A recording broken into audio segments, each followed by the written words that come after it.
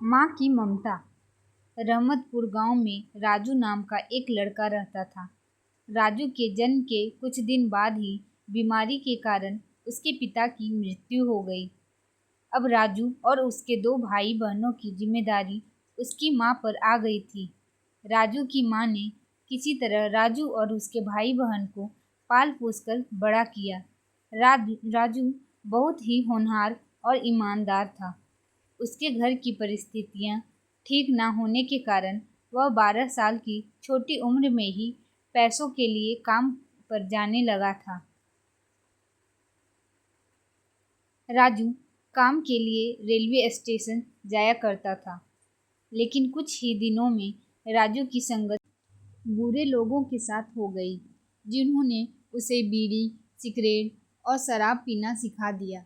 अब राजू पूरे दिन जो भी पैसा कमाता उसे अपने दोस्तों के साथ नशीले पदार्थों तथा धूम्रपान पर खर्च कर डालता था। राजू घर पर पैसा देना बंद कर चुका था, जिसके कारण उसके घर में परेशानियां बढ़ने लगी थी। एक दिन राजू रेलवे स्टेशन पर काम न मिलने पर किसी यात्री का बैग चोरी करके घर भाग आया। घर पर उसने देखा कि उस बैग में कुछ पैसे थे। राजू के हाथ में बैग देख माँ पूछी, यह बैग किसका है और कहाँ से लाए हो? राजू ने पूरी घटना अपनी माँ को बता दी।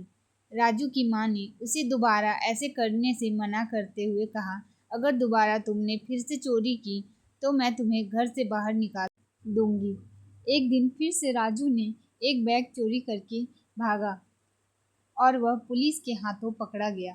पुलिस ने राजू की अच्छे से पिटाई की। राजू पुलिस से जिंदगी में कभी चोरी नहीं करने का वादा करके घर जा रहा था। बीच रास्ते में उसकी मुलाकात एक महात्मा से होती है, जो कि कहीं प्रवचन करके वापस अपने घर को जा रहे थे। महात्मा ने राजू को रोते हुए देखा। पूछा, बेटा तुम क्यों रो रहे हो? राजू ने सारी घटना उस महात्मा से बताई। महात्मा जी ने राजू को समझाया कि तुम्हारी माँ ने तुम्हें किसी तरह से पाल पोस कर इस उम्मीद में बड़ा किया कि तुम घर के हालत को बदलने में मदद करोगे, लेकिन तुमने अपनी संगत खराब कर ली। फिर भी तुम्हारी माँ ने तुम्हें अपने आप से अलग नहीं किया। राजू जरा तुम सोचो, आज की हरकत के बारे में जब तुम्हारी माँ को पता चलेगा तो क्या वह तुम्हें सच में घर से बाहर निकाल देगी? नहीं।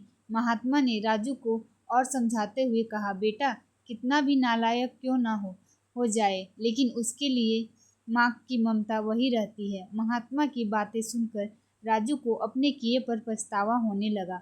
उसकी आंखों से आंसू बहने लगे। महात्मा ने राजू से कहा, सुबह का भूला अगर शाम को घर वापस आ जाए तो उसे भूला नहीं कहते हैं। अगर तुमने अपने गुनाहों को कबूल कर लिया और फिर से एक नई राह चुनने के लिए तैयार हो तो जाओ और शुरू करो अपनी नई जिंदगी। भूल जाओ अपने बीते दिनों को। राजू घर पहुंचकर अपनी माँ के चरणों में गिर गया और सारी घटना को सुनाया। उसकी माँ उसके सिर पर अपना हाथ फेरते हुए बोली, बेटा अगर तुम अपने आप को बदलने के लिए तैयार हो तो तुम्हारी गलती माफ़ की जा सकती है।